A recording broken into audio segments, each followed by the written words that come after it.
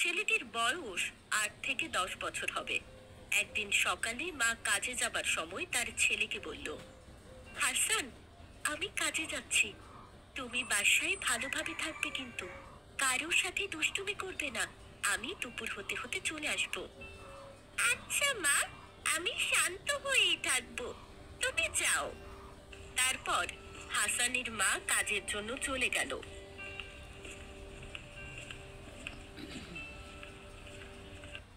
আসসালামু আলাইকুম ম্যাডাম। ওয়ালাইকুম আসসালাম। কি ব্যাপার বুয়া, আপনি তো আজও দেরি করে ফেললেন। এভাবে দেরি করলে হবে? আসলে ম্যাডাম, আমার ছেলেটা একটু অসুস্থ, তাই আসতে দেরি হয়ে গেছে। এমনিতেই লেট করে এসেছেন, তার উপর আবার অজুহাত দিচ্ছেন। এমন করলে তো কাজ করার দরকার নেই।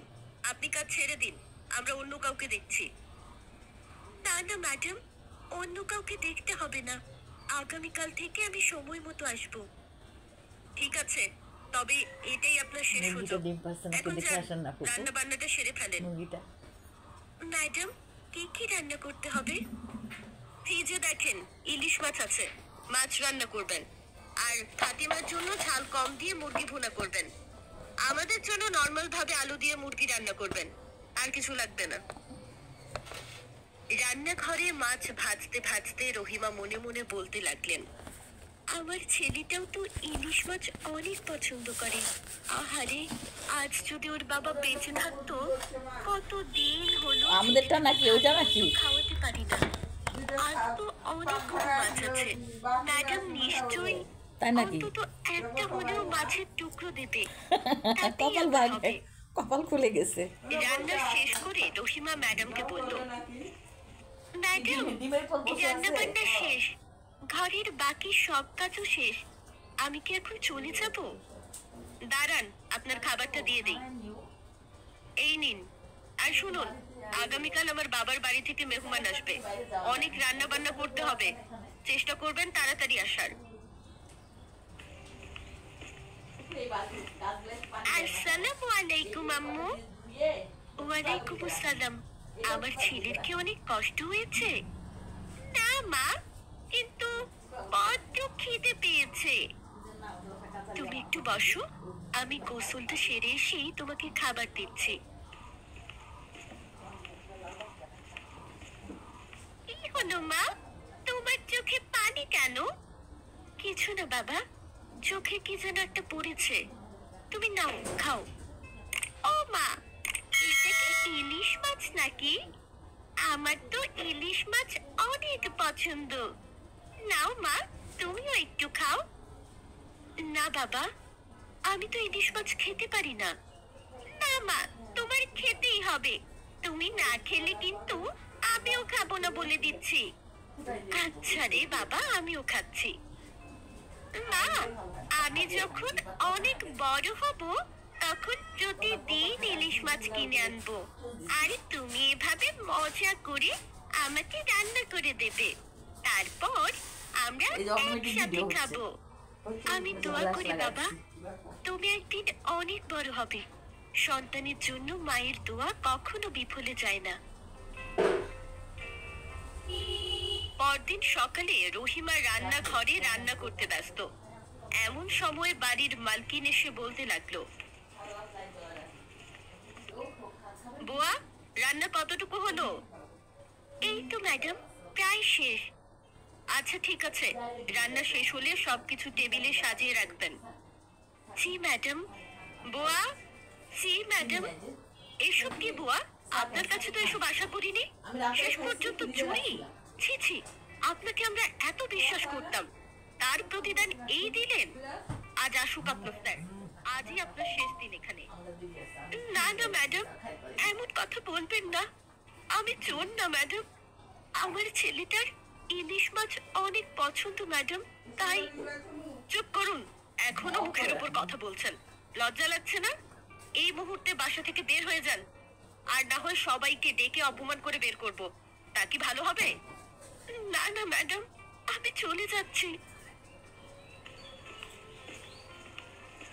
ও মা, আজ এত দেরি করে এলে, আমার খুব খিদে পেয়েছে, কিছু খাবার দাও তো। দাঁড়া বাবা, আমি দিচ্ছি। আসসালামু আলাইকুম আম্মাজান। ওয়ালাইকুম আসসালাম আব্বু। কি হয়েছে আজ আমার মায়ের? আমার মায়ের মন এত খারাপ কেন? জানো আব্বু, আজ কি হয়েছে? আমাদের রহিমা খালাকে মা বাসা থেকে বের করে দিয়েছে, অনেক বকাও দিয়েছে। রহিমা খালা তো আমাকে অনেক আদর করে, ওনাকে মা বের করে দিল কেন? তাই আমার অনেক মন খারাপ। বের করে দিয়েছে? আচ্ছা, আমি তোমার মায়ের সাথে কথা বলবো, তুমি চিন্তা করো না। কি ব্যাপার বলো তো? রহিমা আপাকে নাকি বের করে দিয়েছো? বের করে দেবো না তো কি করব?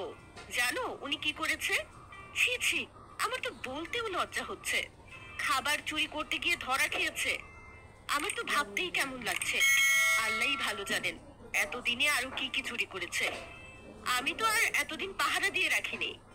চুপ করো, কি বলছো এসব তুমি? তুমি ভুলে যাচ্ছ, তোমাকে বিয়ে করার আগে থেকেই আমি আপাকে চিনি। উনি এরকম কাজ করতেই পারে না। ও, এখন আমার থেকে ওই কাজের মহিলা বেশি বিশ্বাসী হয়ে গেছে। তা যাও, তার কাছ থেকে সত্যিটা জেনে আসো। তাই করব। আর হ্যাঁ, মানুষকে সম্মান দিতে শেখো। উনি তোমার থেকে বয়সে বড়। একজন মানুষ বিপদে পড়ে আজ তোমার এখানে কাজ করে। উনার স্বামী যদি বেঁচে থাকতো তাহলে উনার এই খারাপ দিন আসতো না। উনাকে সম্মান দিলে তোমার সম্মান কমে যাবে না, বরং বাড়বে। এই কথা বলে মাজিদ সাহেব বের হয়ে রহিমা আপার বাসার দিকে রওনা দিলেন। ওখানে পৌঁছে দরজার কাছে গিয়ে মাজিদ সাহেব দেখতে পেল রহিমা আপার ছেলে খাবার খাচ্ছে, শুধু ভাত আর ভর্তা দিয়ে। তখনই রহিমা আপা তাকে দেখে বলে উঠল, আরে স্যার, আপনি এখানে? আসুন আসুন, ভেতরে আসুন। আপা, আপনি আবার কবে থেকে আমাকে স্যার বলে ডাকা শুরু করলেন? কি যে বলেন স্যার, আপনাদের বাসায় কাজ করি আমি, আপনাকে স্যার বলে না ডাকলে কিভাবে হবে? আপা প্লিজ, আমাকে আর লজ্জা দিয়েন না। আসসালামু আলাইকুম। ওয়ালাইকুম আসসালাম। তোমার নাম জানো কি বাবা? ওই দেখেন আমার ভিডিও হচ্ছে, গ্লাস লাগাই দিছি। মাহমুদ। মাশাআল্লাহ ভিডিও হচ্ছে, আমার আর কষ্ট নাই। এই যে হচ্ছে কোন ক্লাসে পড়ো? ভিডিও হোক, তোমরা এই আমি এবার ক্লাস 4 এ পড়ি। জানেন, ক্লাসে আমার রোল 1। মা বলে আমি নাকি বড় হয়ে অনেক বড় অফিসার হব। ইনশাআল্লাহ তোমার মায়ের আশা পূরণ হবে, আমিও সে দোয়া করি। তা বাবা, তুমি কি একটু বাইরে গিয়ে তোমার বন্ধুদের সাথে খেলতে পারবে? তোমার মায়ের সাথে আমার কিছু কথা ছিল। জি, আচ্ছা। আপা, আজ কি ঘটেছিল আমাকে সত্যি করে বলবেন? আপনি যা শুনেছেন সব সত্যি। আমি আসলেই খাবার চুরি করতে গিয়ে ম্যাডামের কাছে ধরা খেয়েছি, তাই উনি আমাকে কাজ থেকে বের করে দিয়েছেন। ওনার কোনো দোষ নেই, সব দোষ আমার। আপা, ঘটনার পেছনেও ঘটনা থাকে। আমি আপনার ছোট ভাইয়ের মতো, আপনি কি আমাকে সত্যটা বলবেন না? আপনি তো জানেনই আমার ছেলেটা বড় আদরের ছেলে। আপনার ভাই থাকতে আমাদের কোনো কিছুর অভাব ছিল না, কিন্তু এখন নুন আনতে পান্তা ফুরাই। বাসা ভাড়া, ছেলেদের পড়াশোনার খরচ, এসব সামলাতেই সব শেষ হয়ে যায়। কত দিন হলো ছেলেটাকে ভালো মন্দ খাওয়াতে পারি না। ওই দিন যখন এত এত খাবার নিজ হাতে রান্না করেছিলাম, তখন বারবার ছেলেটার মুখ ভেসে উঠছিল। তাই শেষ পর্যন্ত নিজেকে সামলাতে পারিনি। আমি তো শুধু আপনাদের কাছেই অপরাধী না, আল্লাহর কাছেও অপরাধী। কিন্তু কি করব বলেন, মায়ের মন তো। আপা, নিজেকে দোষারোপ করবেন না প্লিজ। এখানে যদি কেউ দোষী হয় সেটা আমি। আমার উচিত ছিল সবকিছু আর একটু ভালোভাবে খেয়াল রাখা, যা আমি পারিনি। কি বলছেন স্যার? না না, আপনি কেন দোষী হবেন? আমার খারাপ দিনে যখন কেউ আমার পাশে এসে দাঁড়ায়নি, তখন তো আপনি এসেছিলেন, আর না হলে এই মা ছেলে তো ভেসেই যেত। থাক আপা, এইসব কথা আর মনে করার দরকার নেই। আপনি থাকুন, আমি আপাতত যাই, তবে আবার আসবো। বাচ্চাগুলো বুঝছেন না, কি বাচ্চাগুলো খুব তোমার পছন্দ। অতি বিশ্বাসী আপা কি বললো? আমার নাতনিটা সত্যটা আমার হাতের বলেছে রান্না খুব পছন্দ নাকি করে। সত্য বলার মতো সাহসও বৌমা ওনার তো নেই? খাওয়াবেই না, তুমি বৌমা একটু হচ্ছে শান্ত আমার হও, ছেলেকে খাইতে দেয় তোমাকে না, মনে কিছু করে কথা জাদু বলি। করি। তুমি কি জানো আমি কিছু আমাদের রান্না করছি, প্রিয় খেতে নবী দেয় না। হযরত মুহাম্মদ সাল্লাল্লাহু আলাইহি ওয়াসাল্লাম গৃহকর্মীদের সাথে কিরকম ব্যবহার করতেন? সাহাবী হযরত আনাস রাদিয়াল্লাহু তাআলা আনহু 10 বছর আমাদের নবীজির সেবা করেছেন, অথচ এই 10 বছরে আমাদের নবী ওনার প্রতি সামান্য বিরক্তিও দেখাননি, অসন্তুষ্ট হননি। আমাদের নবী এবং ওনার সাহাবীরা নিজেরা যা খেতেন গৃহকর্মীদেরও তাই খেতে দিতেন, নিজেরা যা পড়তেন গৃহকর্মীদেরও তাই পড়তে দিতেন। আমাদের প্রিয় নবী মৃত্যুর আগে বলে গিয়েছিলেন, দাস দাসীরা তোমাদের ভাই, আল্লাহ তাআলা তাদেরকে তোমাদের অধীন করে দিয়েছেন। সুতরাং আল্লাহ তাআলা তাদেরকে যার অধীনস্থ করে দিয়েছেন তার উচিত তাদেরকে খাওয়াবে সে নিজে যা খায়, আর তাদেরকে তা পড়াবে যা নিজে পড়ে। তাকে ততটুকু কাজ করার দায়িত্ব দেবে যতটুকু কাজ তার পক্ষে করা সম্ভব হয়, আর অর্পিত কাজ তার দ্বারা সম্পন্ন করা সম্ভব না হলে সে কাজে তাকে সহযোগিতা করতে নিজেকেও অংশগ্রহণ করতে হবে। এখন আমি তোমাকে কিছুই বলবো না, তুমি আমার নিজে ছেলে থেকেই পছন্দ বলো, করে তুমি বিয়ে কি করতে আমি রহিমা আপার অপছন্দ করার সাথে কি বলেন? সবসময় ভালো ব্যবহার করেছো, নাকি তুমিও দোষ করেছো? যদি তুমি বলো তুমি কোনো দোষ করনি, তাহলে আমি তোমাকে কথা দিচ্ছি রহিমা আপার ব্যাপারে আর কখনোই তোমাকে কিছু কলিজাটা বলবো না। ফেলে দিছেন। আমি অপরাধী, আমি বুঝতে পারিনি। আমি ওনার সাথে সবসময় রাগ দেখিয়ে কথা বলতাম, এক কাজ বারবার করাতাম, ঠিকভাবে খাবার দিতাম না। আমার ভুল হয়ে গেছে। জানো আপা খাবার কেন নিচ্ছিল? আমাদের ফাতেমার বয়সী আপারও একটা ছেলে আছে। এখন তুমি বলো, তুমি যদি নিজ হাতে এত কিছু রান্না করতে, তাহলে কি তোমার ইচ্ছে করতো না তোমার মেয়ের জন্য এখান থেকে কিছু খাবার নিতে? আজ যদি তুমি নিজ থেকে আপনাদের ভালো মন্দ খাবার দিতে, তাহলে কি ওনার এই কাজটা করার দরকার পড়তো? তুমিও তো একজন মা, মায়ের মন কেমন হয় তুমি জানো না? আমি অনুতপ্ত, আমি জানি আমি অনেক বড় ভুল করেছি, তবে আমার ভুল আমি শুধরাবই ইনশাআল্লাহ। সপ্তাহে এরকম একদিন করে রান্না করে দিলে, হ্যাঁ, বাচ্চা আর হোটেলে খাবার চায়। তারপর তারা সবাই রহিমা আপার বাসার উদ্দেশ্যে রওনা দিল। মানুষের বড় লোক আপা, আমি অনেক বড় ভুল করে ফেলেছি। আমি এক মা হয়ে অন্য এক মায়ের মনের কষ্ট বুঝতে পারিনি। আপনি আমাকে ক্ষমা করুন। আপনি ক্ষমা না করলে আমি আজ এখান থেকে যাবই না। আরে ম্যাডাম, কি বলছেন? আপনারা আমার বিপদের দিনে পাশে দাঁড়িয়েছেন, এখন যদি আপনি আমাকে এভাবে ক্ষমার কথা বলেন, তাহলে তো আমি লজ্জিত হয়ে যাব। না পা, এভাবে কথা ঘুরালে হবে না। আপনি বলুন আপনি আমাকে ক্ষমা করেছেন। মিষ্টি কুমড়ার ভর্তা, চোচা। আচ্ছা ঠিক আছে ম্যাডাম, আমি ক্ষমা করেছি। মিষ্টি কুমড়া চোচার ভর্তা নিয়ে যান, খুব ভালো। একদিকে বলেছেন ক্ষমা করেছি, আরেকদিকে ম্যাডামও ডাকছেন। আমি আপনার ছোট বোনের বয়সী, আমাকে ছোট বোন ডাকলে খুব খুশি হব। আমার হাতে রান্না আগামীকাল পছন্দ থেকে করে সব আমার ভুলে আপনি আবার আমাদের বাসায় যাবেন।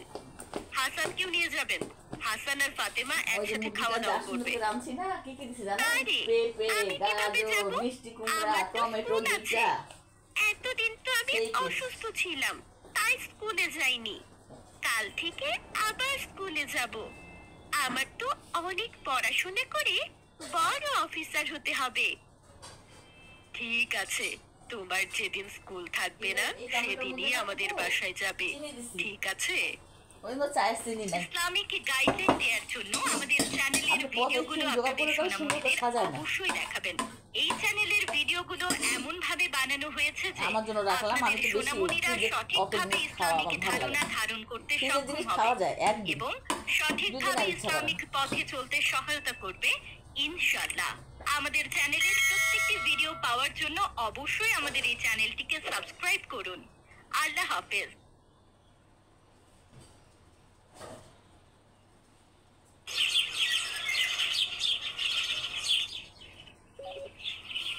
ছেলে দুটো সেই কোন সকালে মাঠে গেল, এদিকে বেলাও তো পড়ে এলো। সারাদিন কিছুই খাওয়া হয়নি ওদের। খাওয়া অতটুকু রাখলাম পোলাও। এখনো তো এলো আমি না। এতটুকু খাবার এতটুকু রাখলাম, হ্যাঁ? আমি দেখলা পলিথিন জোগাড় করে করে নাম তো আমার আজ কাছে অনেক পলিথিন কাঠ নেই। পেয়েছি বল দাদা, বাবা দেখলে খুব খুশি হবে। আরে আজকে অন্য দিনের চেয়ে ঢের গুণ বেশি কাঠ পাওয়া গেছে। তুই আজ অনেক খেটেছিস, আমায় কিচ্ছু করতে হয়নি। এই গাছ ওই গাছ ঘুরে ঘুরে তুই তো সব করলি। না রে দাদা, আমি থাকতে তুই খাটবি কেন? আমি যতদিন পারবো আমি সব করব। দে রে দে, এবার কাঠগুলো আমায় দে। সারাটা পথ তো তুই কাঠগুলো বয়ে আনলি। দে দে দে, এবার আমায় দে, দে কাঠগুলো দে। থাক না রে দাদা, এই তো আর তো কিছুটা পথ, সামনেই বাড়ি দেখা যাচ্ছে। এতটা পথ নিয়ে আসলাম আর এইটুকু খানি পারবো না। না না ভাই, দে দে দে, আমার মাথায় কাঠগুলো তুলে দে। এমন করতে নেই, আমি কি তোকে কষ্ট দিতে পারি রে? দে দে দে। এ আমার ভালো হবে না।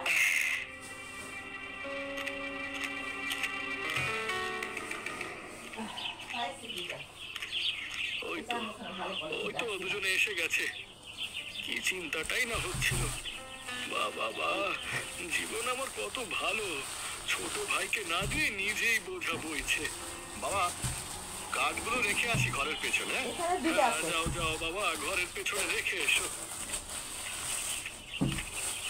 দেখেছো স্বপন, কি সুন্দর রামচন্দ্রের মতো দাদা পেয়েছো। তোমার কোনো কষ্ট করতে দেয় না, নিজে কষ্ট করে। অনেক ভাগ্য করলে এরকম দাদা পায়। না না বাবা, আসলে আমি তো জানি জানি, তুমি বলেছিলে ওরে, কিন্তু ওই তোমারে বোঝা বইতে দেয়নি। দাদা বলে কথা, দাদা কি ছোট্ট ভাইকে কষ্ট দিতে পারে? যাও যাও যাও, এবার ঘরে গিয়ে হাতে মুখে জল দিয়ে কিছু পেটে দাও দেখিনি। সারাদিন তো কিছুই খাওয়া হয়নি। দাদার খাবারটাও বেরো কেমন? কিন্তু বাবা, আবার কিন্তু কি যে, যাও যাও ঘরে যাও, আর দেরি করো না। ঠিক আছে বাবা।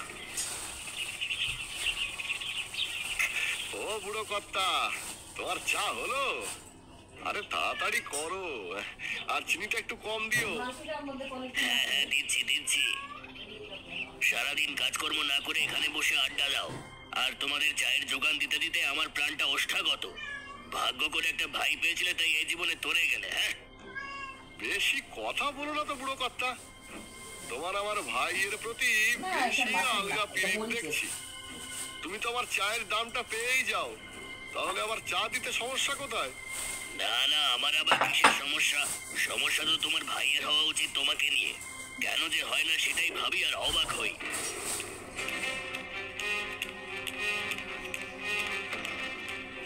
দাদা দাদা দাদা, এক্ষুনি চলো, বাবা কিরকম যেন করছে। কেন কেন, কি হয়েছে?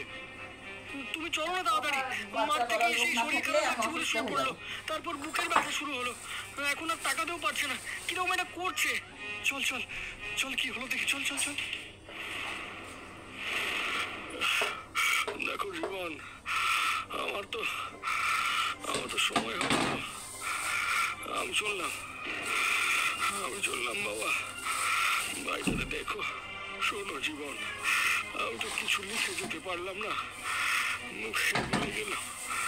আমার যত সামান্য বাড়ি জমি যা আছে, তোমার দুই ভাই সমান ভাগে ভাগ করে নিও। তুমি ভাইকে অর্ধেক জায়গা তুমি বুঝিয়ে দিও। বড় ব্যাগটা নিলে হয় না। বাবা আর একটা ব্যাগ আছে। করতে চাই না বাবা, বাবা আমার শুধু তুমি থাকলেই হয়। হালকা ব্যাগ আছে, ওটা নিলে হয় না। বাবা বাবা, এটা নিলে একটু ঝামেলাই হয় না। ওই যে কালো ব্যাগটা। জীবন, ভাইটাকে একটু দেখো, ভাইটাকে একটু বাবা, ও বাবা, বাবা,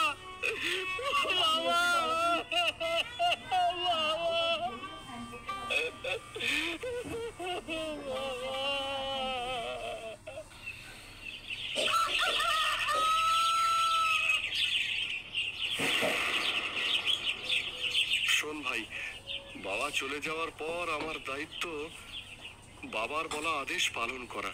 কি দাদা, বাবার কি আদেশ? বাবা বলে গেছেন, বাবা রেখে যাওয়া সম্পত্তির অর্ধেক ভাগ তোকে দিতে। সে তুমি যা ভালো বুঝবে, তা ভাগাভাগি করার কি আছে দাদা? আর না দিন আচ্ছা, তুমি তো আছো, বাবার অবর্তমানে তুমিই তো। না রে, বাবা যা বলেছেন তা তো আমি অমান্য করতে পারি না। তাই শোন, আজ থেকে এই ঘরের বাইরের অংশটা হলো তোর আর ভিতরটা আমার। আর ওই যে বাবার যে গরুটা, ওই গরুটার মুখের দিকটা, মানে মুখের থেকে শরীরের অর্ধেক অংশটা হলো তোর, আর তার পরের অর্ধেক অংশ থেকে পেছনের অংশটা হলো আমার। আর আর ওই যে আমাদের নারকেল গাছটা আছে না, ওই নারকেল গাছটার উপরের অংশটা হলো আমার আর নিচের অংশটা হলো তোর। আর সবশেষে যে আমাদের ওই চাষের জমিটা, বছরের প্রথম 6 মাস অর্থাৎ বৈশাখ থেকে আশ্বিন মাস পর্যন্ত তোর, আর শেষের 6 মাস আমার। বাবা যেমন বলেছিল অর্ধেক অর্ধেক করতে, আমি বাবার আদেশ পালন করে তোকেও সমান অর্ধেক বুঝিয়ে দিলাম। বল, সব বুঝতে পেরেছিস তো? হ্যাঁ দাদা, সব বুঝেছি। তোমার মতো রামচন্দ্র দাদা আমার মাথার উপর থাকতে আমার কোনো কিছুর অসুবিধে হতেই পারে না।